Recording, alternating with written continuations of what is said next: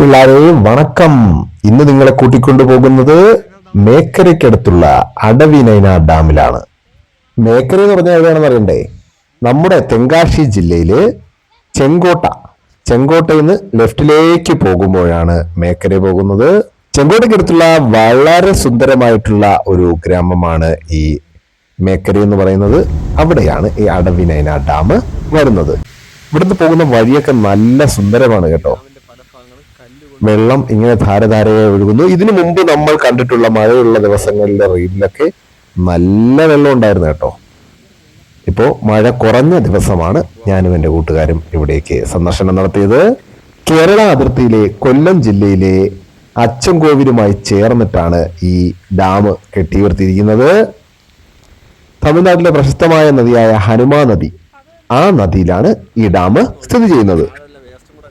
ഈ അണക്കെട്ടിലെ വെള്ളം ഇവർ ഉപയോഗിക്കുന്നത് ചെങ്കോട്ടെ താലൂക്കിലെ വിവിധ ഇടങ്ങളിൽ കൃഷി ആവശ്യങ്ങൾക്കായിട്ടാണ്. 1999 ഈ ഡാമിന്റെ പണി ആരംഭിക്കുന്നത്. 2002 ഈ ഡാമിന്റെ പണി പൂർത്തിയാക്കുകയും അത് തുറക്കപ്പെടുകയും ചെയ്തു. തമിഴ്നാട് സർക്കാരാണ് ഈ ഡാമിന്റെ ഉടമസ്ഥ.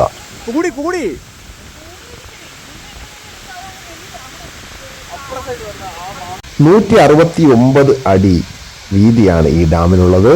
ഈ ഡാമിന്റെ നീളം എന്ന് പറയുന്നത് 2198 അടിയാണ്. വെള്ളത്തിന്റെ ഒഴുക്ക് ശക്തമായപ്പോൾ പാലൊഴുകുന്ന രീതിയിലാണ് വെള്ളം ഒഴുകി വരുന്നത്. കുറേ വിനോദസഞ്ചാരികൾ ഇവിടെ വരുന്നുണ്ട്. ഇതിന്റെ വൃഷ്ടിപ്രദേശങ്ങളിൽ അവരെല്ലാം കുളിക്കുകയും മറ്റുമൊക്കെ ചെയ്യുന്നുണ്ട്. തമിഴന്മാർക്ക് വെള്ളം കണ്ടു കഴിഞ്ഞാൽ അവർ അവിടെ വന്ന് കുളിച്ച് അർമാദിച്ചാണ് പോകുന്നത്. ഇവിടെ ഒരു പാർക്കും ഇവര് ഉണ്ടാക്കിയിട്ടുണ്ട്. കുട്ടികളുമായിട്ടൊക്കെ വന്ന് എൻജോയ് ചെയ്യാൻ പറ്റുന്ന ഒരു സ്ഥലം കൂടിയാണ്.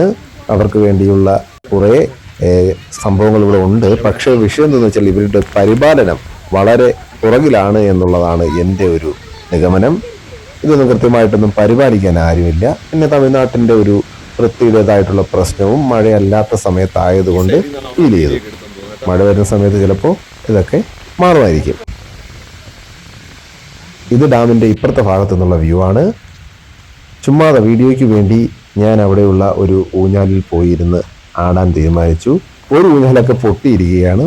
അപ്പോൾ പൊട്ടാത്ത ഊഞ്ഞാലിൽ ഞാൻ കയറി ഇടയ്ക്ക് ഒന്ന് ആടുകയാണ്.